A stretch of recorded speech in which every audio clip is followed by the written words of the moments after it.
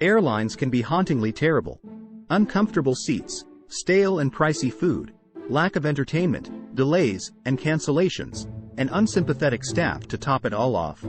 If you've ever faced this firsthand, you know it as not an experience you'll ever want to revisit, no matter how tempting the fare. To save travelers from the perils of an unsavory flying experience, luggage storage company Bounce analyzed popular airlines on 7 factors: passenger complaints, punctuality, maximum free baggage allowance, comfort, meals, in-flight entertainment, and staff service. Among the winners was Delta, which took the top spot in the domestic airlines category, followed by Hawaiian Airlines and Horizon Air. On the international front, Japan's All Nippon Airways and Singapore Airlines beat the competition with great service and fewer complaints. But do you know which airlines are scraping the bottom of the barrel? Here's a list of the worst airlines in the world with damning scores on the above-mentioned factors. Now you know what not to book. Viva Air Colombia. Colombia's low-cost airline received an overall airline index of 3.4 out of 10 and won the title of the worst airline in the world. It carries 22.55 million passengers annually and operates 40,000 flights in a year, according to Bounce. It had one of the lowest number of complaints but scored 1 out of 5 in staff service, meals, seat comfort, and entertainment. Ouch!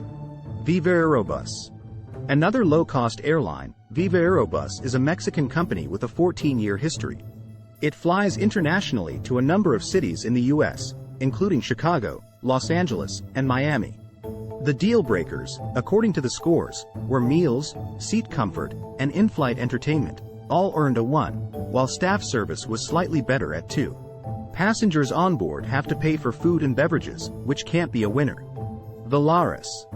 The third worst airline in the world is also a Mexican budget-friendly carrier. It allows just 10 kilos of maximum baggage and had 379 complaints between January to June 2021. It made a profit in 2021, the study revealed, but, due to the airline discontinuing in-flight entertainment in 2019, it has one of the lowest scores in our index. The overall airline index is 4 out of 10 for this ultra-low-cost carrier. Ryanair. Slightly better off at 4.2, still the world's 4th worst airline, is the Irish low-cost carrier Ryanair. There is no in-flight entertainment offered to passengers on Ryanair, and this is by far their worst offense, and there's no free baggage allowance. Interjet. With more complaints than Volaris but better scores on meals and seat comfort, Mexican airline Interjet is also in the top 10 list. The debt-ridden airline did not operate any flights since December 2020, but it's restarted operations in 2022 with 10 Airbus 320.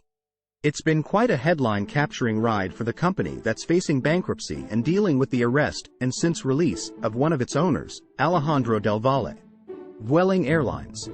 Spanish low-cost airline Vueling dropped the ball on in-flight entertainment and landed with a score of 5 out of 10 overall.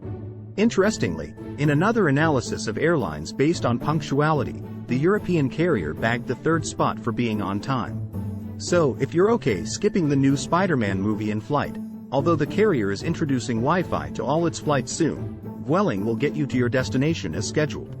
EasyJet.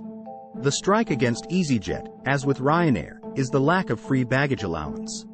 The UK-based carrier reported few complaints and did well on most markers other than in-flight entertainment, but not letting passengers check in luggage for free has hurt its ratings.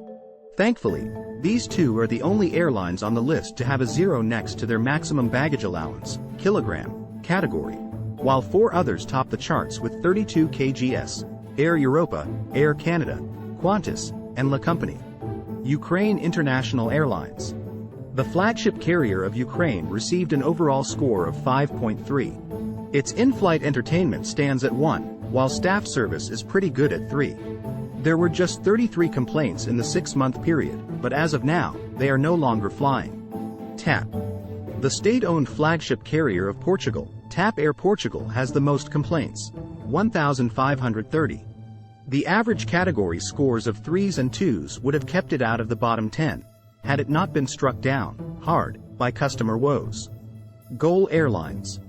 The Brazilian low-cost airline had just 16 complaints, one of the lowest, and received good scores on staff service and seat comfort, 3 out of 5 each.